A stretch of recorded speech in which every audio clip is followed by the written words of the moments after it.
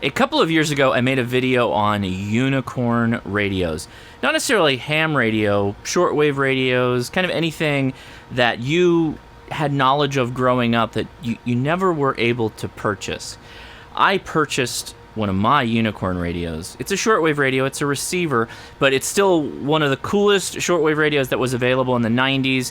They're difficult to get now and the prices are pretty high. So I was lucky enough that I found this for, I think it was under $350. I found a Sony SW-100. This is pretty much a full kit, including an accessory antenna or an external antenna and the power supply.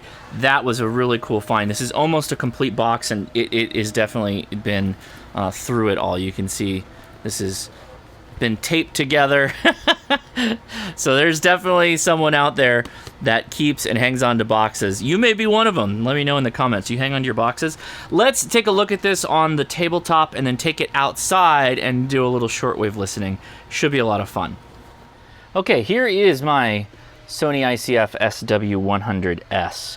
Original box, it looks like. It's fairly beat to crap here. All right. Don't know how much of this is all original, but not the point here. So there was three major components to this, and I don't know what went here, to be honest. I didn't own one originally, and there's also something missing down here. So if you know what these is missing, let me know. I may be in search of them.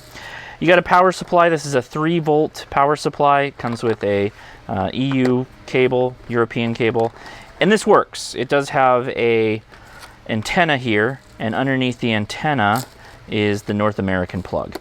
I did test this. This works perfectly on that, and in fact, I have a feeling that it was only ever ran off the 3-volt power supply, which is decently sized. 3 volts, not a strong power supply. This one came with a wide range antenna, the AM BPF, so bandpass filter is what I'm assuming, and there is band switching here for frequency sets, wide, low, mid, and high. Kind of reel-based antenna design. A lot of shortwave radios have this. This is a nice antenna though, and I do actually believe that there's likely some amount of filtering in here. They do say BPF, bandpass, so I'm curious actually if that's true or not. We may have to open this. In fact, we're probably going to do that. But the star of the show is the Sony SW-100. It is, now this is an old boy. I actually have another one that is in non-working order. Never was able to get it working next, that I can show next to it. Two different same radios, different states of repair. Similar though. They both have that soft plastic rubber crap that really should never ever have been put on something. They're horrible. I hate stuff from the 90s that has this type of soft touch feel. But anyway, that's the outside, a little bit of the map for the time zones there. There's a button in the front that opens this, and it is like a clamshell design. When you put batteries in it, you'll see a clock face here, and you can actually program the clock. No tuning knobs. It's all button press for jog dial type control. It has a bank of memories, but it doesn't have like convenience tuning functions. I'm going to take this outside so we can do a little hands-on with it, but I'm happy to say that this is a working unit. That's quite exciting to me. Now, part of the problem with this radio, among many things that are from the 90s, is this soft feel plastic that it has. It starts to deteriorate and gets a sticky sheen to it. This radio has not been handled very much, and in fact, I don't think they ever used the door, the battery door. I think they entirely charged it off the DC 3-volt in. I'm out in the backyard here, so we're going to try it with the stock antenna and this portable antenna, but I think we're gonna add some batteries right now. This is the weak point on this entire radio, is this battery door. So we got to be incredibly careful with it. It takes 2 AA's, and it's the battery door specifically. It's just very weak. Sony has this history of having really weak battery doors. It was on, so you can see that it's just an incredible amount of spring tension it's putting on this door. So the way you do this is you kind of hold it down, and you use the door to push down on it while sliding it in. And you got to be really careful to do it accurately, or it'll actually break the door off, and then you're really screwed, because that's actually kind of a difficult fix. So antenna is on a little pivot or pull-out extension, and it's got a pretty long aerial, all things considered. By the way, if you want a cool mat like the one I have, go check out Quirky QRP. They're on Etsy. And they've got mats like these and watch bands like these and all kinds of other fun stuff for your ham radio, for your shack, all that other cool stuff. So let's open it. There's a button right here. Now, I'll mention this because I've done a lot of research on this radio. There was a defect in the first generations of this radio. There is a ribbon cable, a flat ribbon cable that connects to this screen, and when you close it, you might be able to see it. In fact, I'll take a picture of it so that I got it for the video. Well, the first generations of this plastic down here had a sharp edge, and it would eventually cut through that ribbon cable, rendering the radio pretty much done at that point. Let's see if it turns on. We've already got power.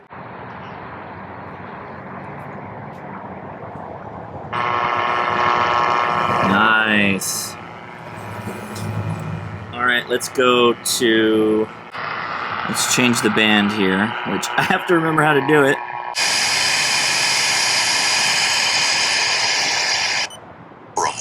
Tonight's concert, led by music director Carl Verdi, was also by far the most important cultural figure in Italy during his lifetime. His highly political opera Rigoletto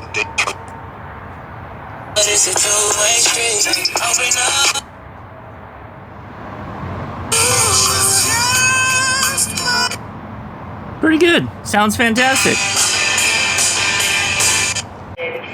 Here's AM. We'll switch it to voice and news.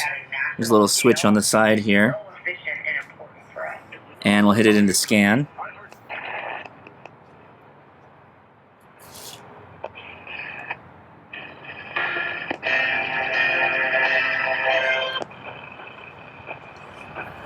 In a 13-year span, however, they... Okay, what from your perspective? I'm going to change the sensitivity here to DX and see if that changes anything for us. I think it increases the antenna gain.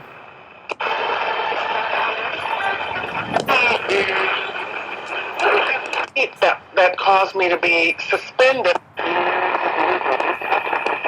Nobody promises the first Sunday in June. All right, what we really want to see, though, is this work on shortwave. So we're in medium wave right now, which is the station you can hear. If we go to direct, 640. Okay, there's a human talking, so let's go ahead and mute that for right now. But there are shortwave bands that you can go to by holding down the AM button and then clicking the up arrow. So 120, 90, 75, 60, 49, 41, 31, 25, 22, 19. So let's scan down from here. So it's going to go a little while. You could manually just type in the frequency you want, but I'm going to see if we can stop on anything we find on the way.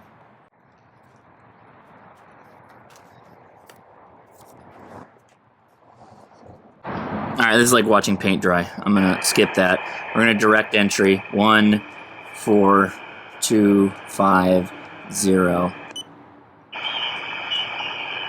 And we can...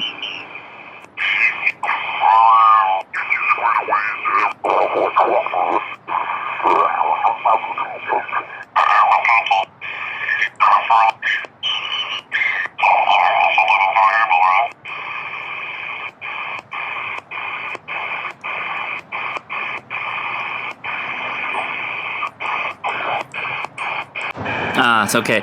So there's, it looks like there's, what are we at? 14,200. So you can actually have more steps smaller. You see how I can click once here and it doesn't change the kilohertz level. So you've actually got, it looks like 10-step increments before you increment up or down the kilohertz step. So if you want to go fast scan, you just adjust with the leftmost or rightmost buttons.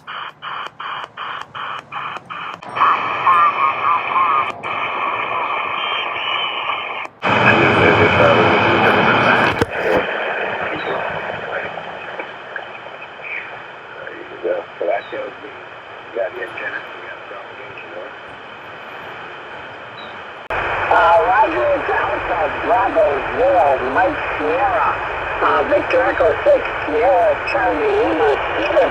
You're 5-9 in Colorado, 59, Roger, Roger. Roger, 59, both ways, you're down good.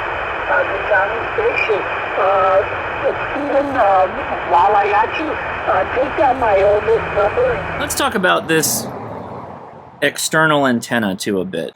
I'll put it up right here, and we'll connect into the active antenna slot, which is on the side.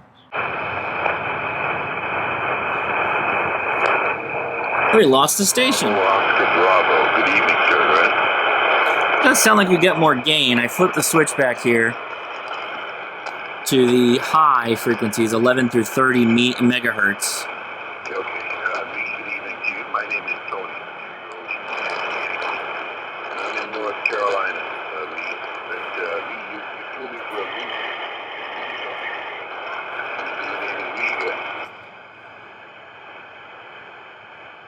Wow, switching that local sensitivity versus DX really does change it. I will note while we're scanning the bands here, this does say BPF, AM BPF frequency, so bandpass filter frequency, implying there's a bandpass filter in here. This thing is very lightweight. I don't know if that's true, but we'll keep tuning around here. Let's see if we can find the shortwave station.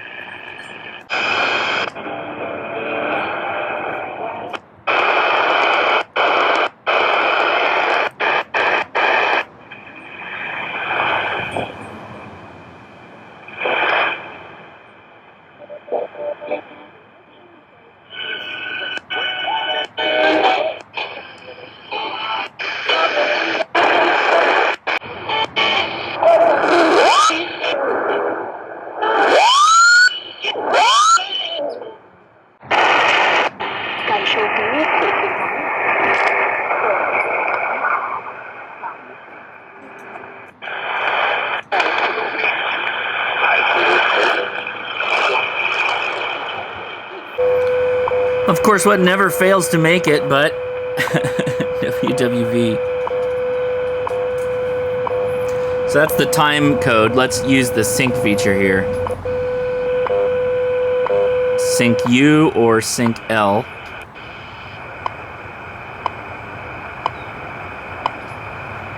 At the tone, 2 hours, 35 minutes. Coordinated Universal Time.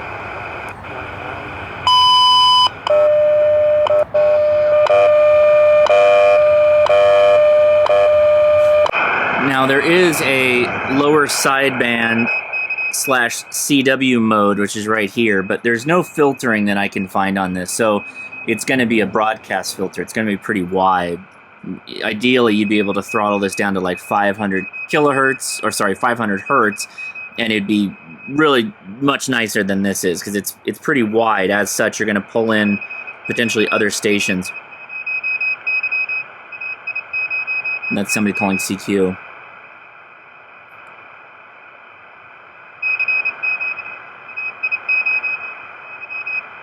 It's an alpha station, but he's pretty fast for me. And there's a light button. I don't know if that works or not. If you had one of these and you were so inclined, you could actually record out the back and the line out port while also listening with headphones. It's got a port for both of them right there. And that's that whole stereo switch I was showing early. There you go, that's a slower station. Now, I will say that this external antenna is a better antenna, I think, for whatever's got going on in here, whatever that is. It is seeming to do something. For instance, let's go back to the stock antenna with this station. No signal strength or anything like that. This is just a real simple receiver. It's very small. It's kind of all they could pack into it from what I've seen from opening up my other one, my broken one. So we lost the signal there with the aerial. Let's pull out the other one.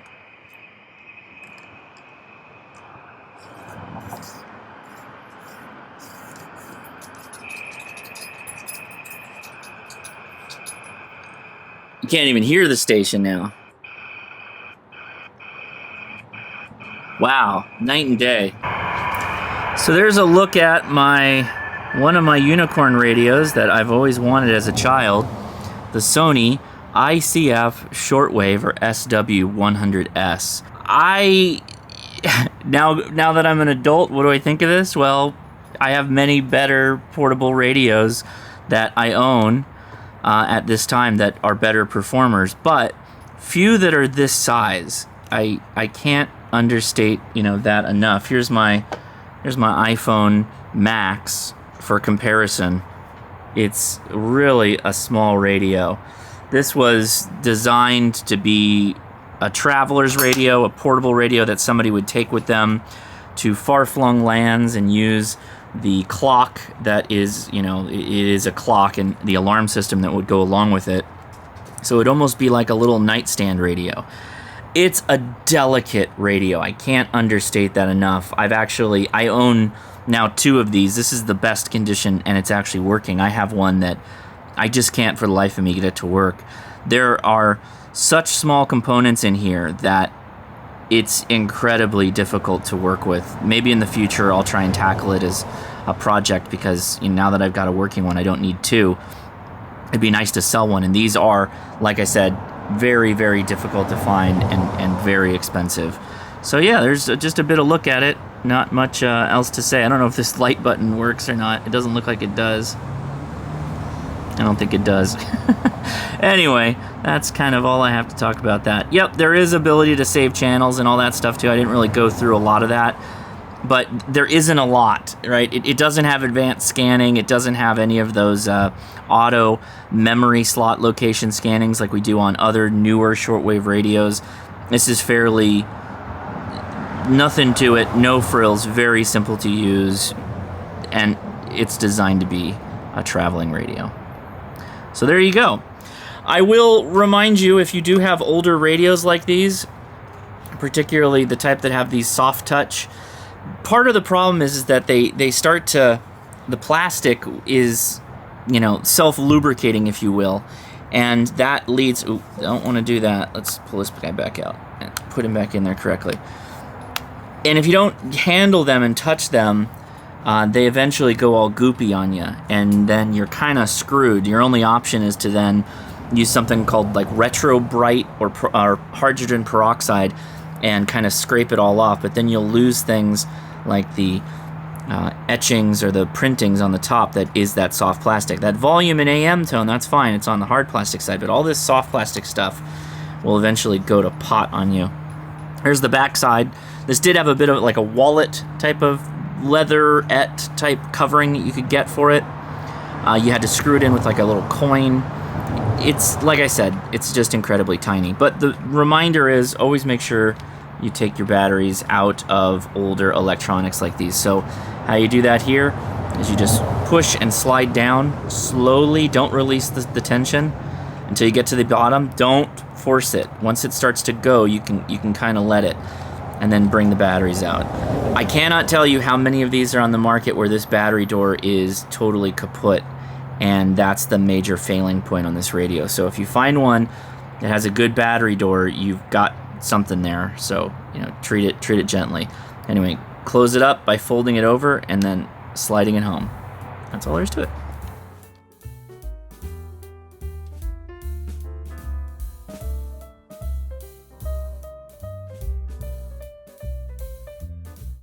Interesting.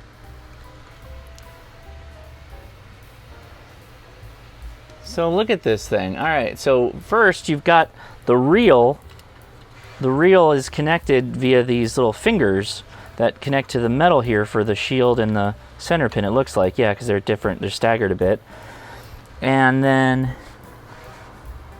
there is a coil here, an inductor and a capacitor, and there is a switch, and that is articulated by, let's put that back, otherwise I'm not going to be lined up. It is articulated by the outer switch. Interesting. I didn't expect this. I thought it was just going to be a dumb reel that spun and that was it. But yeah, I mean, it's... Okay, where do these traces go? Because there's not much else to this, right? Is this board even... Oh, wait, I am going to unclip it. Ah, there we go. Yeah. All right, I'm glad I did that. Yeah, it's definitely doing something. There is definitely some kind of bandpass filtering going on here. That's pretty cool. That's okay. I'm not surprised then by the results we got from using this. It absolutely seemed to be doing something, if you will, when we were working it outside, and that with this connected to the external antenna, the radio performed a lot better. So that's pretty cool. Hey, good job, Sony. I love it when I see stuff like that. It's incredibly light too, so nicely done. All right, let's... Oh, that's not what I wanted to happen. That'll do it for today's video. Thanks so much for watching. If you enjoyed this, give me a thumbs up. Consider subscribing. Click that bell so you know when I go live or when I post a video. And hey, question for everybody that's still watching. You didn't click out. Tell me what your unicorn radio is. You know, ideally something a bit older, maybe something that's no longer in production that you've always had your eye on, maybe you couldn't get when you were younger. Or just tell me what have you been eyeing and just, you know, rubbing your palms together, thinking about the day you're going to make that purchase. Thanks again for watching, and I'll talk to you later. 73.